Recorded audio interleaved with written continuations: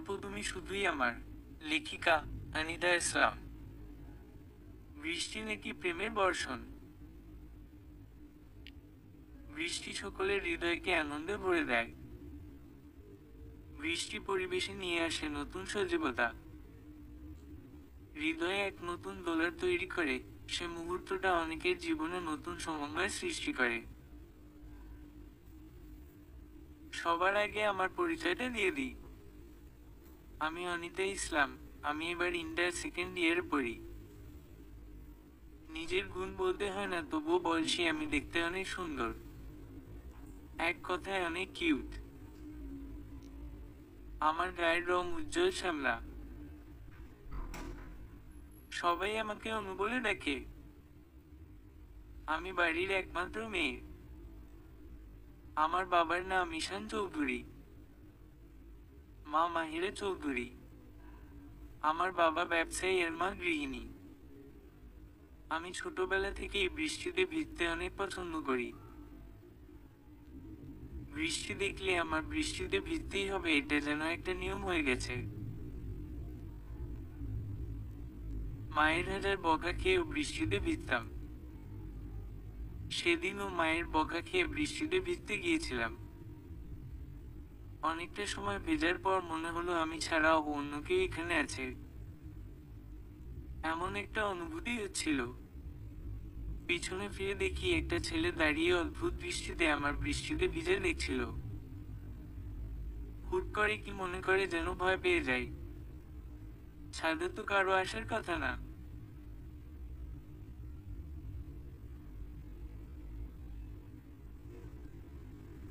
তাহলে আসলো কি করে? যাই হোক, ছেলেটা বেশ সুদর্শন, যে কোনো মেয়ের মন কাড়তে বাধ্য। আমার ঠিক তেমনই অবস্থা। তাকে ছুঁয়ে দেখতে ইচ্ছে করছিল।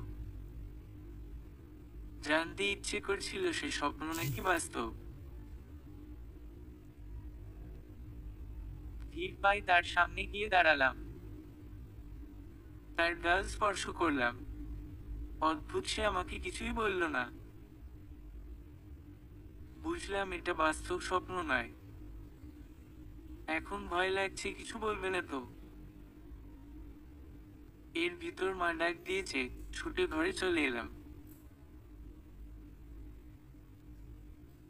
এত সময় বৃষ্টিতে ভেজার কারণে ঠান্ডা লেগে গেল। মা অনেক বকা দিল। রুমে আসার সময় মনে হলো বাসায় কেউ এসেছে। রুমে এসে ফ্রেশ হয়ে শুয়ে পড়লাম। সন্ধ্যার দিকে মায়ের ডাকে ঘুম ভেঙে গেল। বাসায় নাকি বাবার ছোটবেলার বন্ধু ও তার পরিবারের সদস্যরা এসেছে। তাড়াতাড়ি রেডি হলাম। ড্রয়িং রুমে যেতেই দেখলাম সবাই আড্ডা দিচ্ছে। অনেকেই চিনতে পারছি না। হয়তো এরাই আঙ্কেলের বাসার লোক। এদের মধ্যে একজনকে দেখে হতভম্ব হয়ে গেলাম আমি। আরে এত ছাদে সেই ছেলেটা। তাই তো বলি, ছাদে কিভাবে গেল? তার সামনে থাকতে লজ্জা করছে। কি করলাম এটা আমি?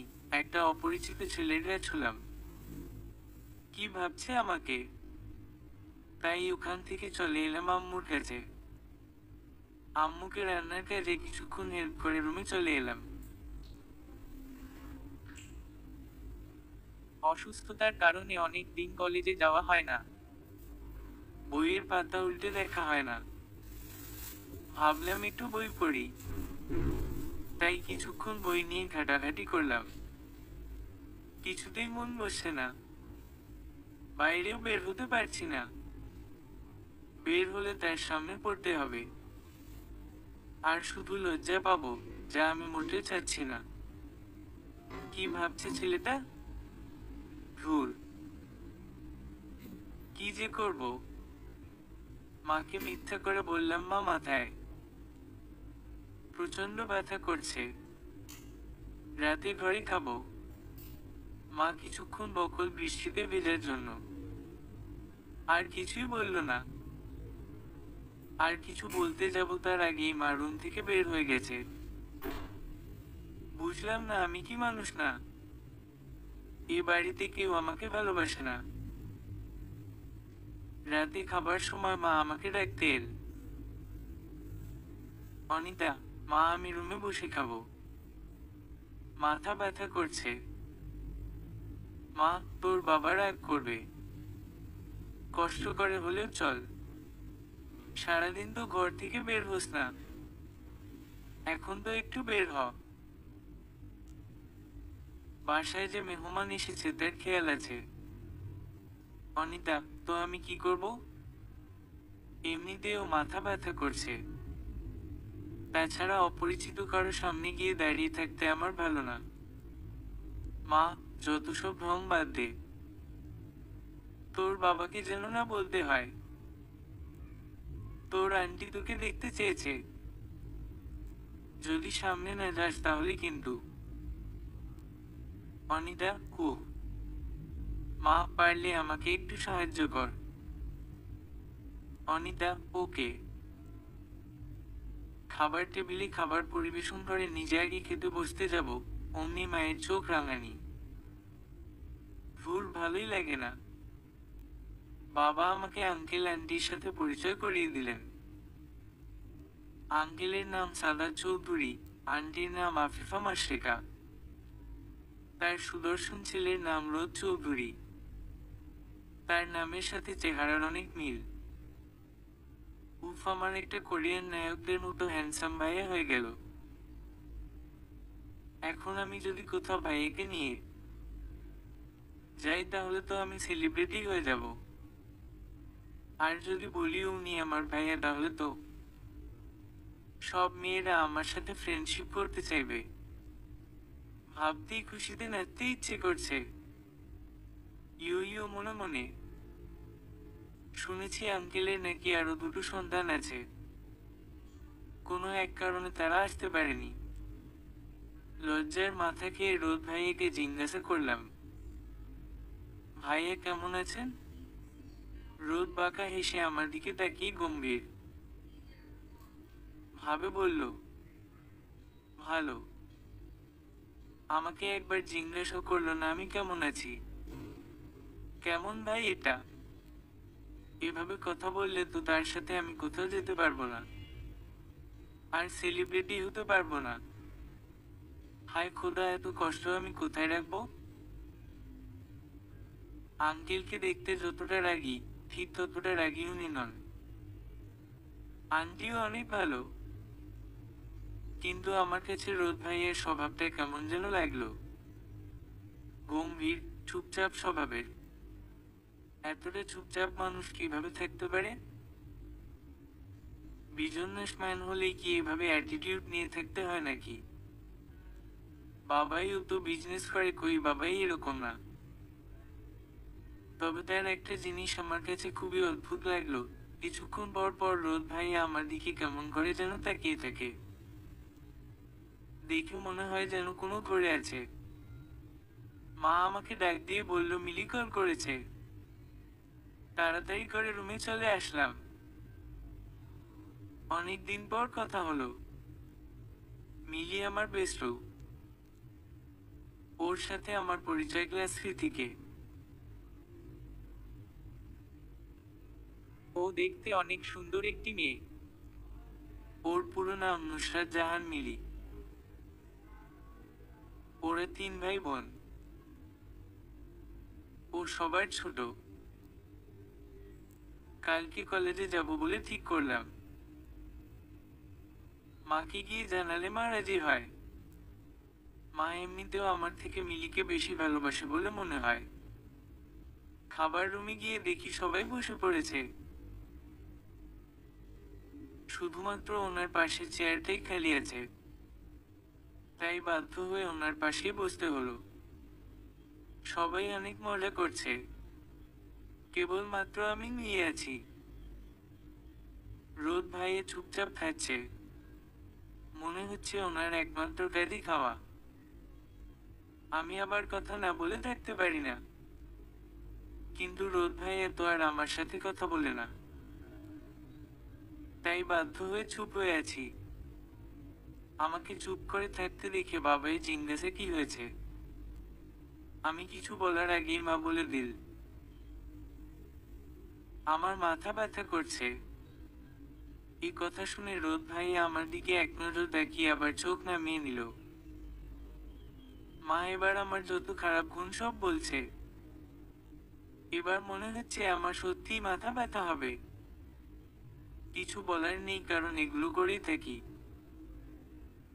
তাই চুপচাপ রুমে চলে এলাম। রাতের খাবার খেয়ে রোদের ফ্যামিলি নিজেদের বাসায় যাওয়ার প্রস্তুত হচ্ছে। ওখানে সবাই আছে, শুধুমাত্র অনিতা বাদে। রোদের চোখ বারবার অনিতাকে খুঁজছে, কিন্তু অনিতা তো রুম থেকে বের হয়নি। অনিতার আম্মু বলল অনিতা ঘুমিয়ে পড়েছে। এই কথা শুনে তারা আর অনিতার জন্য অপেক্ষা না করে তারা তাদের বাসার দিকে রওনা দেয়। আজকে রোদের জীবনে অনেক খুশির একটা দিন। তার এতদিনের অপেক্ষার অবসান ঘটল আজ। সে তার প্রেয়সীকে খুঁজে পেয়ে গেছে, কিন্তু এতদিন পর তাকে এ রূপে দেখবে ভাবতে পারেনি সে।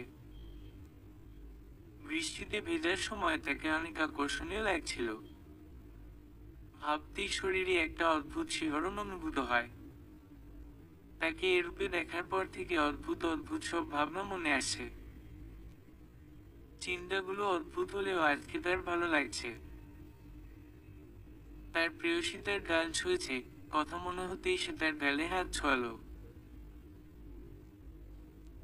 বিকেল থেকে যে কতবার নিজের গাল নিজে ধরেছে সে নিজেও জানে না। মামুনি জিজ্ঞেস করেছে কি হয়েছে।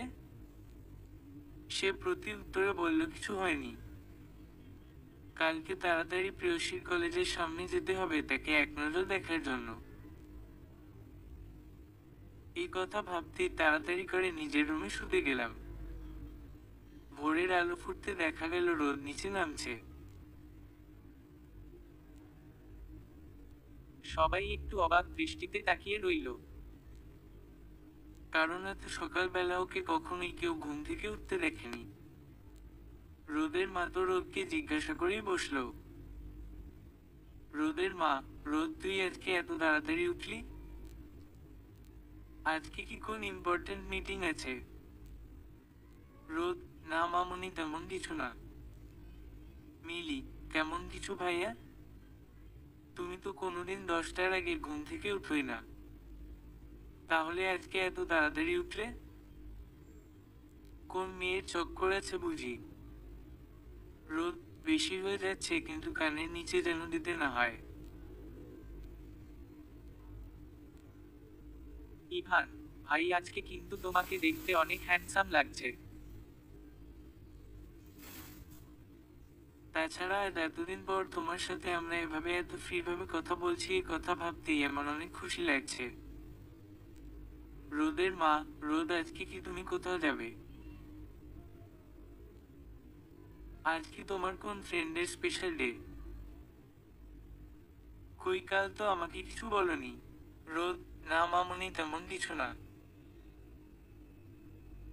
রোদের মা, আজকে হঠাৎ এতদিন পর তোমাকে দেখতে ফ্রেশ মাইন্ডে লাগছে। তোমার চোখ মুখ দেখে খুব খুশি মনে হচ্ছে।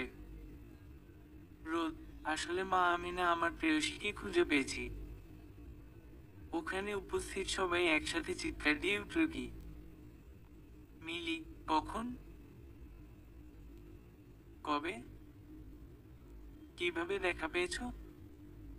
আমার না তাকে দেখার খুব ইচ্ছে হচ্ছে। রোদ, আরে সেটা পরে বলবো। এখন শোন, তুই না তোর কলেজে যাবি, আমি ওখান দিয়েই যাবো, তোকে ড্রপ করে দিয়ে আসি চল। মিলি, সত্যি তুই আজকে আমার ড্রপ করে দিবি? আমার তো বিশ্বাসই হচ্ছে নাকি জানি আজ কার মুখ দেখে উঠেছিলাম। রোদ, অনেক বেশি বকছিস তুই। এরপর রোদ আর মিলিকে দিয়ে দুজন একসাথে বেরিয়ে গেল। রোদ কলেজের সামনে গিয়ে মিলিকে ড্রপ করে নামিয়ে দিয়ে তার প্রেয়সীর জন্য অপেক্ষা করতে লাগলো। কিছুক্ষণ অপেক্ষা করার পর দেখলো তার প্রেয়সী এসে তার আপন বোন মিলির পিঠে একটা চাটি মেরে বলল, কিরে দোস্ত এত দেরি কেন? রোদ হতবাক হয়ে দাঁড়িয়ে আছে, সে একবার মিলির দিকে এবং একবার তার প্রেয়সীর দিকে তাকাচ্ছে।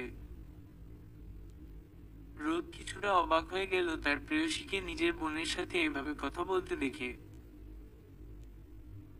কিন্তু তার এই অবাক হওয়াকে চরম রাগে পরিণত করলো এমন একটি ঘটনা, তার প্রেয়সীকে অন্য একটা ছেলেকে জড়িয়ে ধরলো এটা দেখে। রোদ এটা দেখে সহ্য না করতে পেরে ওখান থেকে চলে গেল। সে সোজা তার বাসায় চলে গেল এবং তার মাকে চিৎকার দিয়ে ডাকতে শুরু করলো,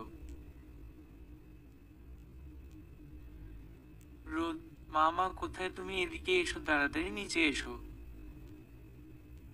মা, কি হয়েছে, তুই এবার চেঁচাচ্ছিস কেন, পুরো বাড়ি মাথায় কেন তুলছিস? ইভান, আরে ভাই এতটাই বাজে মা, আর তো কিছু ওর দ্বারা সম্ভব না। মা, এই তুই চুপ করতো। এই রোদ, বল কি হয়েছে তোর? রোদ, মা আমি বিয়ে করব। মা, কি বিয়ে, তাও আবার তুই, তোর মাথা ঠিক আছে?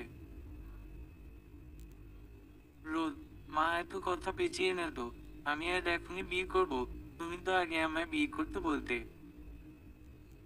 মা, কি এখন বিয়ে কাকে? তাও আবার আজকে এই মুহূর্তে?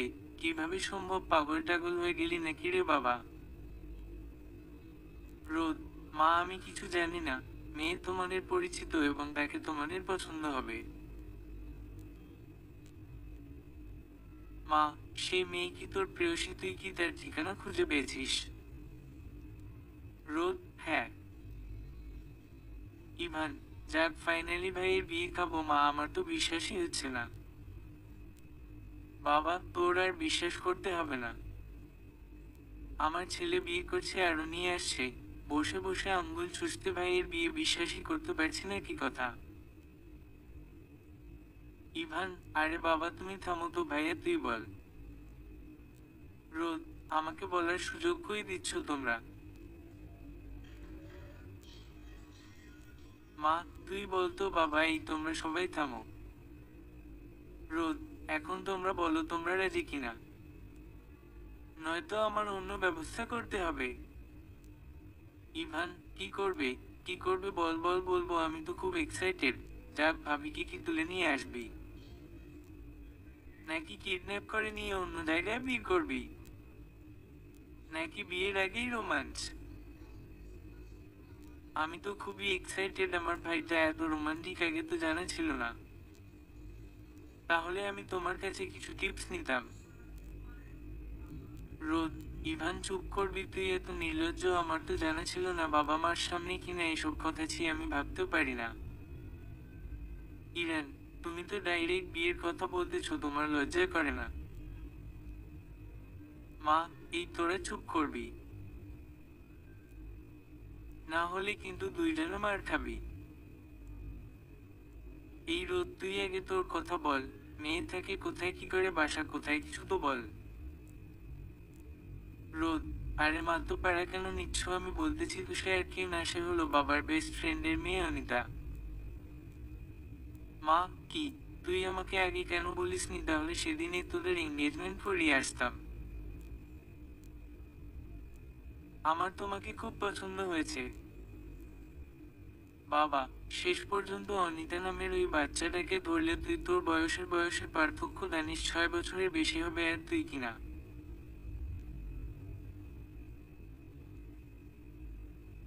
মা, উফাফ তুমি থামবে?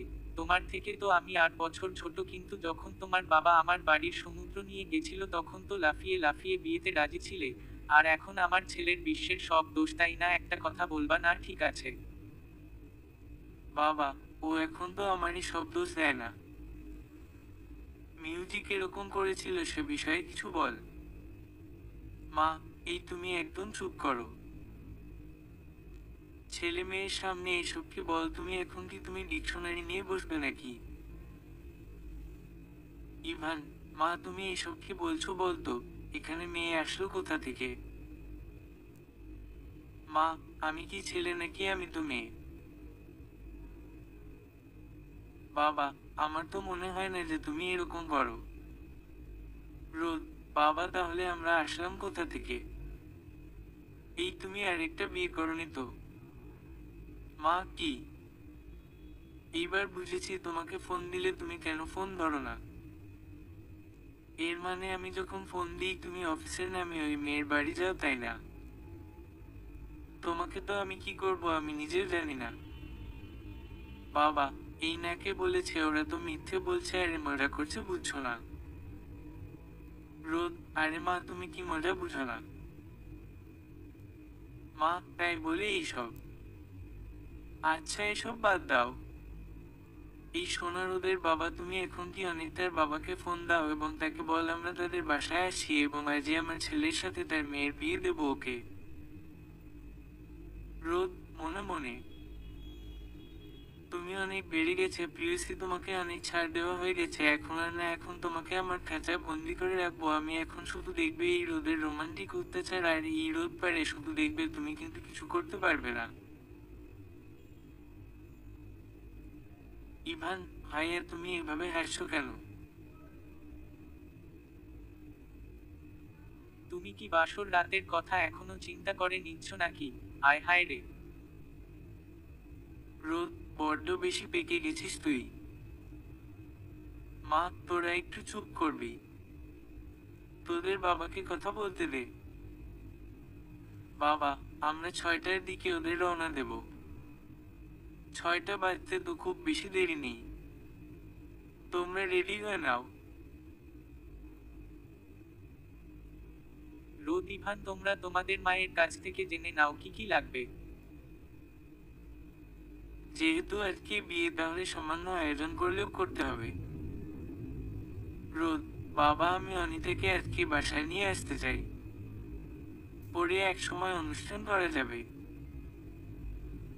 বাবা, তোমার যা ভালো মনে হয় তাই কর। অন্যদিকে অনিতা আজকে অনেক খুশি, এতদিন পর সবার সাথে দেখা হওয়ায়। ও আর মিলি আজকে অনেক ঘোরাঘুরি করেছে। 4টার দিকে ওরা দুজন দুজনার বাসায় চলে যায়। অনিতা বাসায় ফিরে তাড়াতাড়ি করে ফ্রেশ হতে যায়। ঘামে একাকার হয়ে গেছে সারা শরীর। ফ্রেশ হয়ে আসতেই মা ওর হাতে শাড়ি ধরিয়ে দেয়। অনিতার মা, অন্য একটা কথা বলবো, কিছু মনে করবি না তো? অনিতা, কি মনে করবো মা? তোমার যা ইচ্ছা বল। অনিতার মা, তোকে না জানিয়ে আমরা তোর বিয়ে ঠিক করে ফেলেছি। ছেলে অনেক ভালো, সৎ। তুই তো জানিস তোর বাবাকে সে যা বলে তাই করে। তাছাড়া আমরা তো তোর খারাপ চাই না। আশা করি তুই বুঝতে পারছিস। না করিস না প্লিজ। অনিতা, আমি জানি তোমরা কখনো আমার খারাপ চাও না। তোমাদের যা ভালো মনে হয় তাই কর। অনিতার মা, আমি জানতাম তুই কখনো আমাদের বিরুদ্ধে যাবি না। তাড়াতাড়ি রেডি হয়ে নে, ও বাড়ির লোক চলে আসবে। অনিতা, ও বাড়ির লোক মানে? অনিতার মা, আরে রোদদের বাসার লোক। অনিতা, রোদ ভাইয়েরা আসবে? অনিতার মা, হ্যাঁ আমরা রোদের সাথে তোর বিয়ে ঠিক করেছি। রোদ অনেক ভালো ছেলে,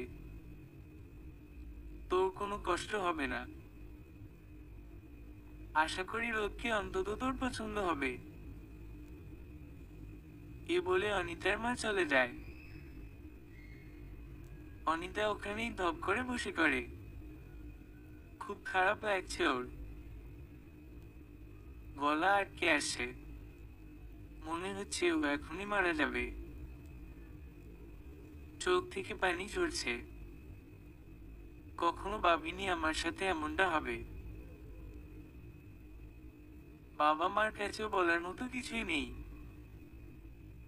কি বলবো, ছোটবেলার প্রেম, তার সাথে তো আমার প্রেম ছিল না, ছিল মনের এক সুপ্ত ভালোবাসা,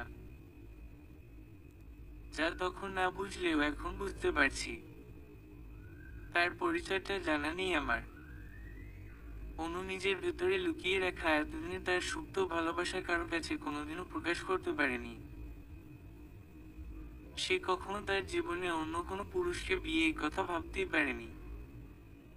অন্যদিকে রোদ তো খুব হ্যাপি। এতদিনে সে তার প্রেয়সীকে নিজের কাছে পাচ্ছে। সে তার প্রেয়সীকে নিজের কাছে রাখতে সব করতে পারে।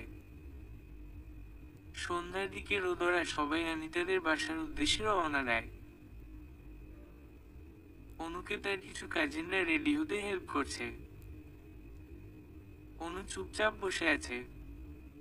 অবশেষে অনিতার রোদর সাথে বিয়েটা হয়ে গেল।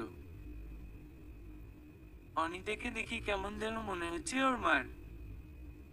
কিছু সময়ের ব্যবধানে কি হাল হলো মেয়েটার। তার মেয়ে যে অন্য বাড়ির বউ হয়ে গেল। ভাবতেই উনি আর নিজেকে আটকাতে পারলেন না। এদিকে রোদ অস্থির হয়ে আছে তার প্রেয়সীকে দেখার জন্য। তাকে এক নজর বধূ রূপে দেখতে চায় সে। কিছু করতে পারছে না। ইভানকে বলেছিল একটা ছবি তুলে আনতে, আর তখন থেকেই সে লাপাত্তা। এদিকে কনে বিদায়ের সময় হয়ে এসেছে। সবাই বাইরে বের হয়ে আসছে। অনুকে ওর কাজিনরা বাইরে নিয়ে আসছে। অনুকে এই বেশে দেখে রোদ যেন কয়েক মুহূর্তের জন্য থমকে গেল। অনুর বাবা রোদের হাতে অনুর হাত তুলে দিলেন। রোদ থেকে আশ্বাস দিল অনুকে নিজের সর্বস্ব দিয়ে আগলে রাখবে। অনু নিঃশব্দে কেঁদেই যাচ্ছে। অনিতা কান্না করতে অসুস্থ হয়ে পড়ে। এজন্য রোদ সবাই তাড়াতাড়ি যাওয়ার জন্য বলল। রোদ অনিতাকে কোলে নিয়ে গাড়িতে বসিয়ে দিল। অনিতা রোদের পাঞ্জাবি করে ধরে আছে। রোদের অনিতার দিকে চোখ যেতেই খেয়াল, অনিতা মাথা ব্যথার জন্য চোখ বন্ধ করে আছে। রোদ তাড়াতাড়ি করে অনিতার কাছে গেল। অনিতাকে কাছে টেনে নিয়ে জিজ্ঞাসা করলো মাথা ব্যথা করছে কিনা। অনিতা ইশারায় হ্যাঁ বোঝালো। রোদ অনিতাকে বুকের ভেতর আগলে ধরল, আর সবাইকে তাড়াতাড়ি করে যাওয়ার জন্য বলল। গাড়ি আপন মনে চলছে। শুয়ে থাকতে থাকতে অনিতা রোদের বুকেই ঘুমিয়ে পড়েছে। পরম আদরে আগলে ধরে আছে রোদ তাকে। আজ নিজেকে আছে মাঝে মন করছে রোদ। রাত প্রায় 1:30টার দিকে অনিতার ঘুম ভাঙল। ঘুম ভাঙতেই খুব সুন্দর ফুল দিয়ে সাজানো একটা আবিষ্কার করলো। বুঝলো এটা রোদের রুম, কিন্তু রোদকে কোথাও দেখছে না। গভীর রাতটা ছাড়া অচেনা জায়গা বড় একটা রুমে একা থাকতে ভয় করছে ওর। খাটের কোনায় বসে আছে। এর মাঝে রুমের দরজা শব্দ পায়। তাকিয়ে দেখে রোদ এসেছে। রোদকে দেখে কিছুটা ভয় কম লাগছে। অনিতা চুপচাপ খাট থেকে নেমে এসে রোদকে সালাম করার জন্য যেই হাত বাড়াল, অমনি রোদের হুঙ্কার, তুমি খাট থেকে নেমেছ কেন? রোদের চিৎকারে অনিতা ভয় পেয়ে গেল। অনিতা, আসলে আমি। রোদ, আসলে কি তুমি কেন নেমেছ? তোমার শরীর খারাপ, চুপচাপ খাটে গিয়ে শুয়ে পড়। অনিতা, আমি রুমে আসলাম কি করে? রোদ, কেন? অনিতা, এমনিই জানতে চেয়েছি। রোদ অনিতার কিছুটা কাছে গিয়ে, দেখ অনিতা, তোমার শরীর ভালো না, তুমি রেস্ট নাও। এই কথাগুলো তো কালকে তুমি জানতে পারবে। খাটে গিয়ে বসলো অনিতা। অনিতা, আমার এত ভারী পোশাকে থাকতে প্রবলেম হচ্ছে, আমি ফ্রেশ হব। রোদ, আমি কি তোমাকে ফ্রেশ হতে বারণ করছি? অনিতা, আমার ব্যাগটা খুঁজে পাচ্ছি না। রোদ অনিতার ব্যাগটা এনে অনিতার কাছে দিল। অনিতা তাড়াতাড়ি ফ্রেশ হতে গেল। এতক্ষণ রোদ অনিতার কার্যকলাপ দেখছিল। রোদ স্মিত হাসল। সেই ছোট্ট প্রয়সী আজ তার ঘরে বধূ রূপে এসেছে। আজও সেই চঞ্চলতা। রোদ বারান্দায় দাঁড়িয়ে আকাশের দিকে তাকিয়ে আছে। আর চাঁদটাকে দেখতে খুব সুন্দর লাগছে, ঠিক তার প্রেয়সীর মতন। দরজা খোলার শব্দে ধ্যান ভাঙে রোদের। অনিতা একটি হালকা মিষ্টি রঙের থ্রি পিস পরেছে, তাতে মনে হয় যেন ওকে আরো বেশি মিষ্টি লাগছে। অনিতা বারান্দায় এসে রোদের পাশে দাঁড়ায়। রোদ চুপচাপ দাঁড়িয়ে আছে। অনিতার এখানে আসা রোদের ভালো লাগাটা যেন আরো বাড়িয়ে তুলেছে। কিছুক্ষণ পর রোদ, অনিতা এখনো কি মাথা ব্যথা করছে?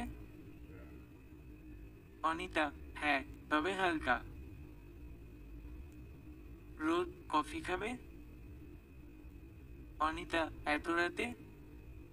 রোদ: হুম। তুমি বস, আমি নিয়ে আসি। রোদ নিচে চলে যায়। অনিতার এত রাতে বারান্দায় থাকতে ভয় লাগছে, আবার ভালো লাগছে। পাশে একটা দোলনা আছে, সেখানে বসে পড়ল অনিতা। মেঘাচ্ছন্ন আকাশ, বিদ্যুৎ চমকাচ্ছ, হালকা বাতাস বইছে। এ বাতাসে শরীর মন সব শীতল করে দেয়।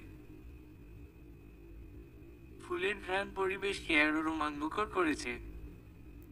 অনিতার ইচ্ছে করছে বৃষ্টিতে ভিজতে, কিন্তু সাহস হলো না। রোদের যা রাগ, শুধু ধমক। অধিতার এসব চিন্তার মাঝেই রোদ বলে উঠল: কি করছো? হুট করে কারো কথায় ভয় পেয়ে যায় অনিতা। রোদ ভ্রু কুঁচকে তাকিয়ে আছে অনিতার দিকে। অনিতা রোদের তাকানো দেখে হাতের দিকে তাকালো, একই শব্দ, ফুলের পাপড়ি। তার মানে সে এতক্ষণ প্রকৃতি প্রেমী হতে গিয়ে ফুল ছিঁড়েছে। অনিতা ভয় পেয়ে যায়, দেখেই বোঝা যাচ্ছে খুব যত্ন করা হয় ফুলগুলোকে। অনিতা মাথা নিচু করে দাঁড়িয়ে আছে। রোদ: রোদ, অনিতা এসব কি? অনিতা: সরি। রোদ: তুমি ফুলগুলো কেন ছিঁড়েছ? অনিতা: আমার খেয়াল ছিল না। অনিতা মাথা নিচু করে বলল। অনিতার মন খারাপ হবে বলে রোদ আর অনিতাকে এ বিষয়ে কিছুই বলল না।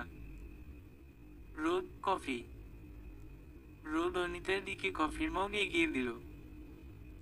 অনিতা হাত বাড়িয়ে নিল। অনিতা: থ্যাঙ্কস। রোদ মুচকি হাসল। কিছুক্ষণ পর রোদ অনিতার সামনে একটা বক্স ধরল। অনিতা রোদের দিকে তাকাতেই রোদ বক্সটা নিতে ইশারা করল। অনিতা রোদের হাত থেকে বক্সটা নিয়ে রুমের ভিতরে চলে আসে। বক্সটা খাটের উপর রেখে ফোন নিয়ে শুয়ে পড়ল। মেসেঞ্জারে ঢুকতেই দেখলো ওর সব ফ্রেন্ডরা মেসেজ দিয়েছে। সবার মেসেজের রিপ্লাই দিতে দিতে 3:30 বেজে গেছে। পাশে তাকাতেই দেখে রোদ সোফায় বসে ল্যাপটপে কি যেন করছে। অনিতা: রোদ। রোদের কোনো সাড়া শব্দ নেই।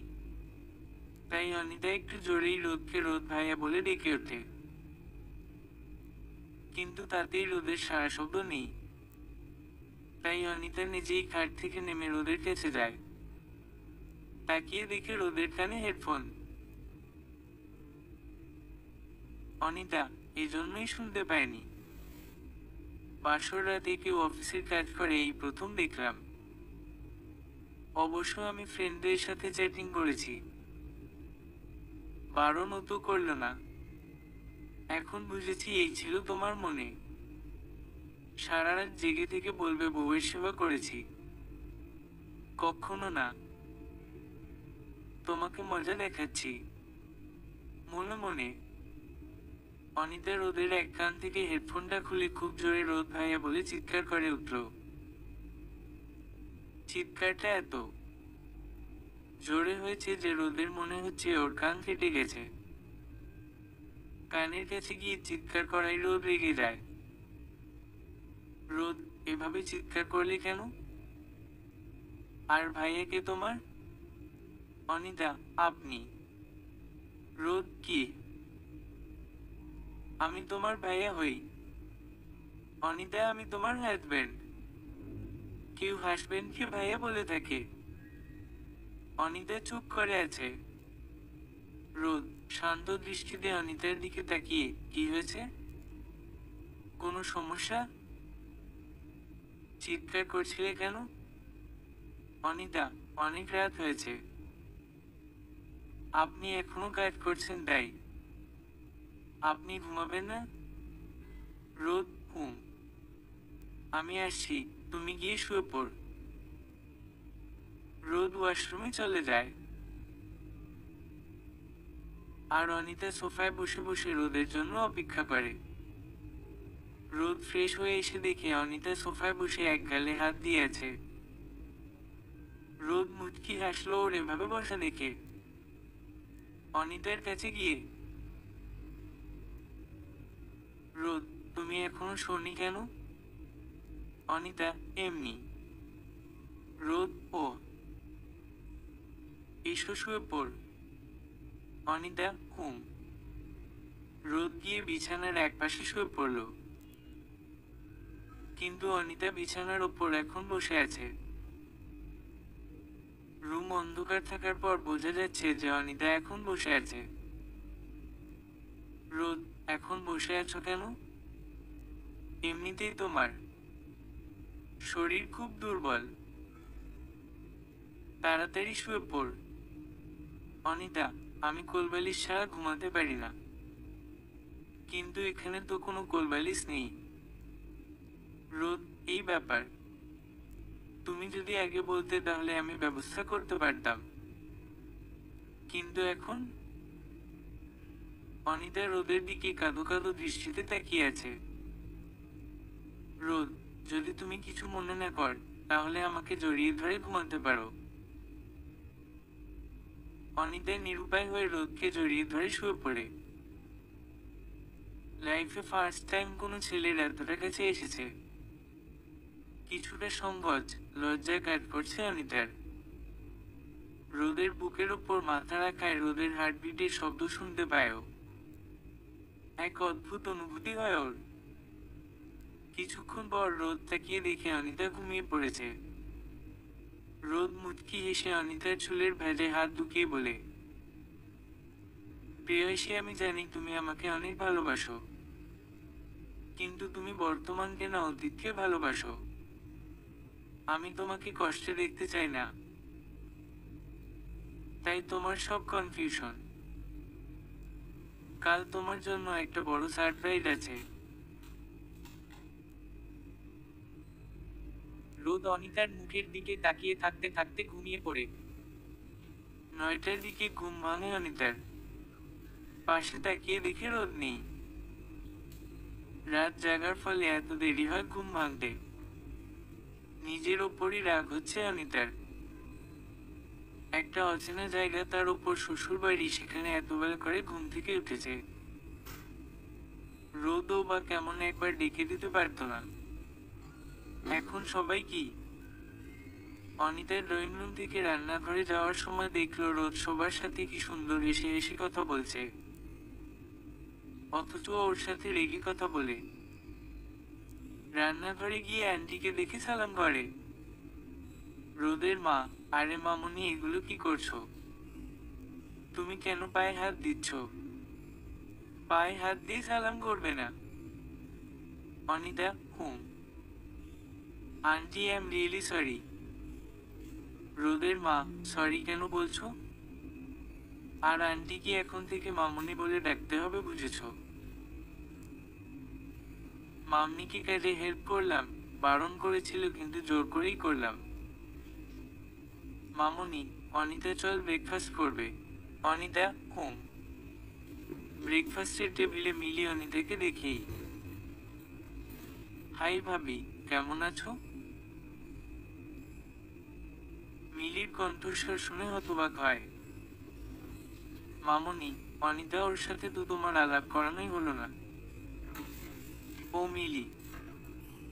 মিলি মামনিকে থামিয়ে দিয়ে, আরে মামা আমি বলছি, আমি মিলি তোর একমাত্র ননদ। মামনি, ওকে তুই বলছিস কেন? মিলি, কারণ ও আমার বেস্ট ফ্রেন্ড অনি। মামনি, ও অনি। মিলি, হুঁ। ভাইয়া তুমি কি কোথাও বেরোচ্ছ? রোদ, হুঁ। একটা জরুরি কাজ আছে। মামনি, একদিন ও বলো না বিয়ে করেছো, আর আজকে তোমার জরুরি কাজ। রোদ, মামনি প্লিজ কিছু সময়ের ব্যাপার, আমাকে যেতেই হবে। মামনি আর কিছুই বলল না। রোদ তড়িঘড়ি বের হয়ে যায়। মিলি অনিতাকে জোর করে ওকে রুমে নিয়ে যায় গল্প করার জন্য। মিলি খুব হ্যাপি অনিতা ওর ভাবি হয়েছে এজন্য। মিলি এতদিন রোদ অনিতার জন্য কিরকম পাগলামি করেছে সব বলছে।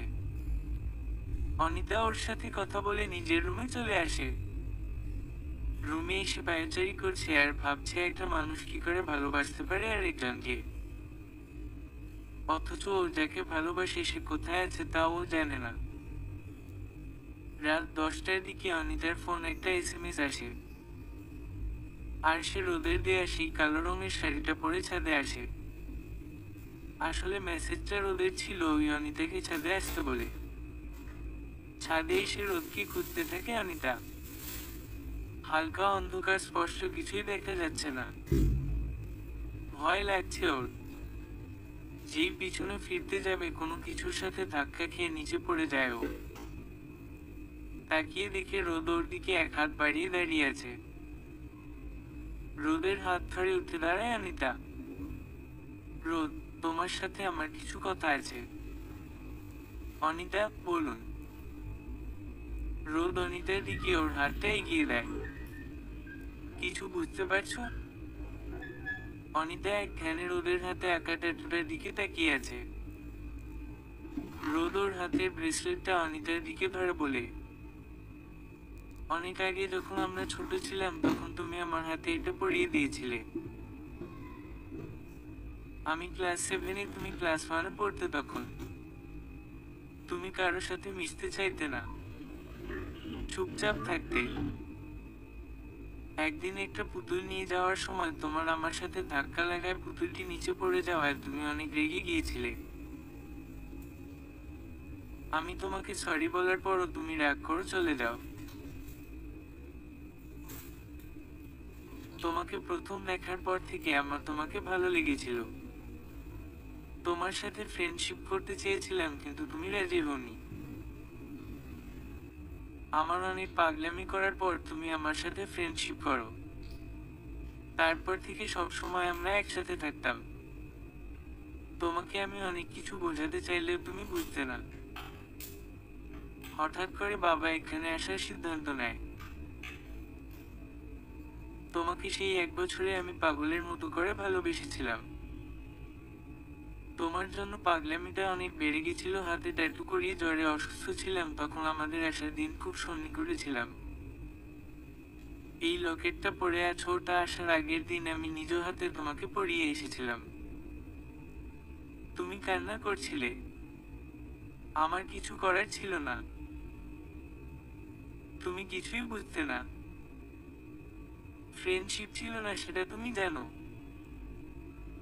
এতক্ষণ অনিতা কাঁদছিল নীরবে। আমি সব সময় তোমাকে আমার বেস্ট ফ্রেন্ড ভাবলাম। কখন যে তোমার প্রেমে পড়ে গেছি বুঝে উঠতে পারিনি। রোদ অনিতার কাছে গিয়ে ওর গালে হাত রেখে, অনিতা তুমি জীবনে এমন একজন দেখে ছাড়া আমার বেঁচে থাকা অসম্ভব। রোদ অনিতার সামনে হাঁটু করে বসে গোলাপ ফুল নিয়ে অনিতাকে প্রপোজ করে। রোদ, অনিতা আমার গার্লফ্রেন্ড হবে। অনিতা, আগে তো জানতাম বিয়ের আগে গার্লফ্রেন্ড হয় আর এখন বিয়ের পরে এই প্রপোজ। রোদ হেসে বলল, তুমি আমার প্রেয়সী প্রিয়তমা। তোমাকে তো এতদিন খুঁজেই পাইনি, তাই তো এই পথ অবলম্বন করলাম। অনিতা মুচকি হেসে রোদ হাত থেকে ফুলটি নিল। রোদ অনিতার কানের কাছে গিয়ে সারপ্রাইজটা কেমন হলো? খুব সুন্দর। আজকে কি ছাদে থাকার ইচ্ছে আছে নাকি তোমার? কালকে তো আমার বাসর রাত মাটি করে দিয়েছ। আর আজকে সেই প্ল্যান। অনিতা রোদের চোখের দিকে তাকিয়ে আছে। রোদ অনিতার চোখের উপর একটা কিস করে। তুমি আমার প্রেয়সী। তুমি শুধুই আমার। সমাপ্ত।